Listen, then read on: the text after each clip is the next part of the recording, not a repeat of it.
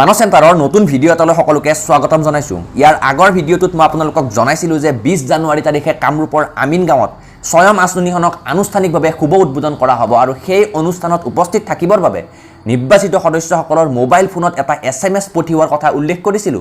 কিন্তু আপোনালোকৰ বহুতেই সেই SMSটো লাভ কৰা নাই বুলি মোক কমেন্ট বক্সত জানিবলৈ দিছিল। তো SMSটো লাভ নকৰাৰ কাৰণ হ'ল এই যি 20 তাৰিখৰ অনুষ্ঠান তাত কেৱল কামৰূপ মেট্ৰো আৰু কামৰূপ ৰুৰেলৰ যিখিনি সদস্য তেওঁলোককহে SMS পঠিওৱা হৈছে। বাকি যিবোৰ ডিস্ট্ৰিক্ট সেই ডিস্ট্ৰিক্টৰ সদস্যসকলে 2 এদিনৰ ভিতৰতে এই অনুষ্ঠানৰ মেছেজ লাভ কৰিব। তো আপোনালোকৰ নিজৰ ডিস্ট্ৰিক্টত এই অনুষ্ঠানটো কেতিয়া অনুষ্ঠিত হ'ব তাৰ যিখন লিষ্ট সেই লিষ্টখন মই আপোনালোকক দেখুৱাম। তাৰ আগতে আজিৰ এই এডভাৰটাইজমেণ্টটোত চৰকাৰে কি উল্লেখ কৰিছে সেইখিনি আপোনালোকক এবাৰ দেখুৱাই ল'ব বিচাৰিছো। 20 জানুৱাৰীত হ'বলগীয়া নৱৰূপ স্বয়মৰ শুভ উদ্বোধনী অনুষ্ঠানত অসমৰ মুখ্যমন্ত্ৰী শ্ৰীযুত সৰ্বানন্দ সোণোৱাল, বিত্তমন্ত্ৰী doctor Himanta Biswa Sarma, chief secretary বা মুখ্য সচিব জিষ্ণু বৰুৱাৰ লগতে এইসকল বিশিষ্ট ব্যক্তি উপস্থিত থাকিব। তো এই এডভাৰটাইজমেণ্টটোত স্পষ্টভাৱে উল্লেখ কৰিছে যে কামৰূপ মেট্ৰো আৰু কামৰূপ ৰুৰেলৰ যিসকল নিৰ্বাচিত সদস্য যাৰ আবেদন পত্ৰ ইতিমধ্যে মঞ্জুৰ কৰা হৈ গৈছে তেওঁলোকক এই অনুষ্ঠানত একোখনকৈ sanction লেটাৰ বা তেওঁলোক যে স্বয়ম আঁচনিত নিৰ্বাচিত হৈছে তাক লৈ এখন অনুমোদন পত্ৰ প্ৰদান কৰা হ'ব। তো যিসকল সদস্যই এই অনুষ্ঠানত উপস্থিত থাকিবৰ বাবে মেছেজ লাভ কৰিছে তেওঁলোক এই আঁচনিৰ বাবে 100% নিৰ্বাচিত হৈছে। তো তেওঁলোকে অনুষ্ঠানত নিজাববীয়াকৈ যাব নালাগে। ইয়াৰ বাবে চৰকাৰে বাছৰ ব্যৱস্থা কৰিছে আৰু এই বাছত আপোনালোকে ক'ত উঠিব পাৰিব তাক লৈ এটা নতুনকৈ মেছেজ পাব। সেই মেছেজটোত যি ঠাই উল্লেখ কৰিব সেই ঠাইৰ পৰা আপোনালোকে বাছ লাভ কৰিব আৰু সেই বাছত গৈ অনুষ্ঠানটোত উপস্থিত হ'ব পাৰিব। এতিয়া চাওক, এই আঁচনিখনৰ অধীনত মুঠ 2 লাখ সদস্যক 50,000কৈ টকা প্ৰদান কৰা হ'ব, য'ত প্ৰথম কিস্তিত 30,000 টকা আৰু দ্বিতীয় কিস্তিত 20,000কৈ টকা প্ৰদান কৰা হ'ব। ইতিমধ্যে সমগ্ৰ অসমৰ পৰা 1,39,495 গৰাকী হিতাধিকাৰীক নিৰ্বাচন কৰা হৈ গ'ল।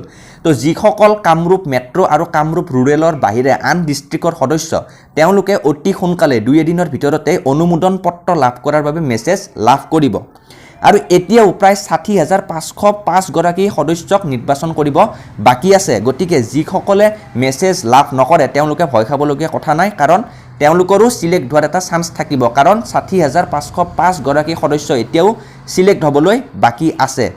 তো কামৰূপ মেট্ৰো আৰু কামৰূপ ৰুৰেলৰ বাহিৰে আন ডিষ্ট্ৰিক্টৰ যিসমূহ সদস্যই স্বয়ম আঁচনিৰ বাবে আগ্ৰহেৰে বাট চাই আছে তেওঁলোকৰ অনুমোদন পত্ৰ প্ৰদান কৰা অনুষ্ঠান 21 তাৰিখ, 22 তাৰিখ, 23 তাৰিখ আৰু 27 তাৰিখৰ ভিতৰত অনুষ্ঠিত কৰা হ'ব।